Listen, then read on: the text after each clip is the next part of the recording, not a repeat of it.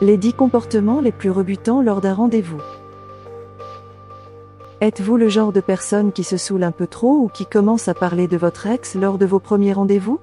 Malheureusement, ce genre d'attitude pourrait involontairement faire fuir votre partenaire. Pour prévenir une catastrophe potentielle, nous allons brièvement passer en revue certaines choses à éviter.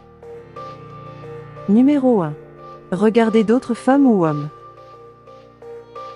Peu importe à quel point le serveur ou la serveuse, le gars ou la fille à la table d'à côté est attirant, dévisager d'autres personnes alors que vous êtes censé courtiser la personne assise en face de vous est impoli. Respectez votre partenaire et réservez-lui l'exclusivité de votre attention.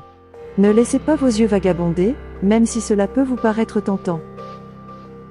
Numéro 2. Être ivre. Vous perdrez probablement des points si vous devez être ramené à la maison après avoir vomi sur vos chaussures.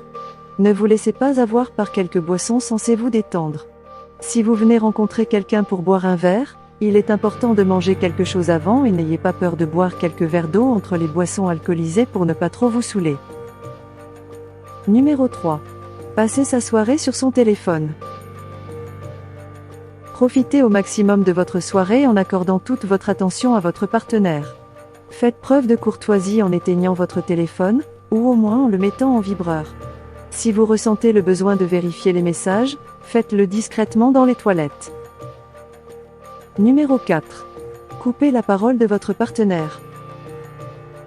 Si vous interrompez constamment quelqu'un lorsqu'il essaie de vous expliquer quelque chose ou de le couper au milieu de son discours, cela prouve votre incapacité d'être à l'écoute de l'autre et que vous manquez de manière.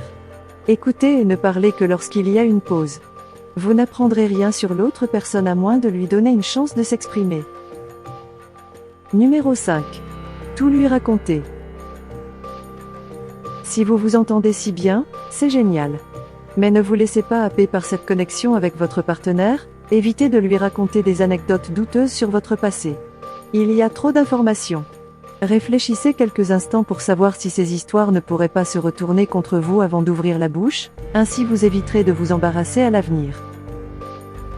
Numéro 6. Ne plus se souvenir de son nom. Oublier le nom de quelqu'un est un moyen infaillible de rendre les choses gênantes.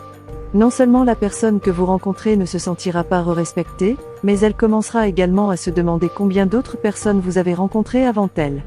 Un conseil simple, répétez son nom à haute voix 5 fois avant de quitter votre maison.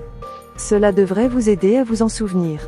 Et si vous n'êtes pas sûr, n'utilisez pas du tout son nom pendant la conversation. Numéro 7. Évoquez son ex. D'une manière générale, parler de votre ex est un signe évident que vous n'avez pas encore fait le deuil de votre ancienne relation. Faites-nous confiance, votre partenaire ne veut pas s'ennuyer en écoutant comment votre ex vous a déçu ou à quel point il était formidable.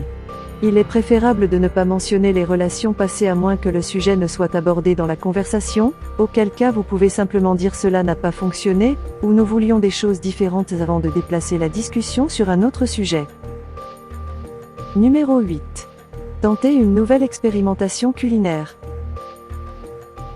Le moment n'est vraiment pas venu de sortir des sentiers battus en termes de cuisine. Évitez les plats épicés si vous ne voulez pas devenir rouge écrevisse et être en sueur devant votre partenaire.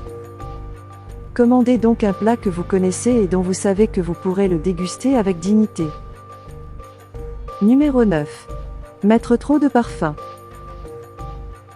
Vous avez un rendez-vous, et bien sûr vous voulez être le plus présentable possible et sentir bon. Mais trop de parfum est accablant, et c'est aussi un puissant repoussoir. Tenez-vous-en à un spray afin d'éviter une odeur trop envahissante. Vous devriez aussi éviter tout soin esthétique tel que l'autobronzant si vous n'êtes pas sûr du résultat. Numéro 10. Lui raconter vos dernières relations sexuelles. Essayez de faire en sorte que la personne avec qui vous êtes à un rendez-vous se sente mal pour vous lorsque vous lui dites depuis combien de temps vous pratiquez l'abstinence n'est pas une bonne stratégie, et vous finirez par avoir l'air triste et désespéré. Et ce n'est jamais attrayant. De plus, ayez en tête qu'aborder le sujet des relations sexuelles pendant un rendez-vous est inapproprié, même si cela se fait avec de l'autodérision. Il vaut mieux s'abstenir d'aborder ce sujet.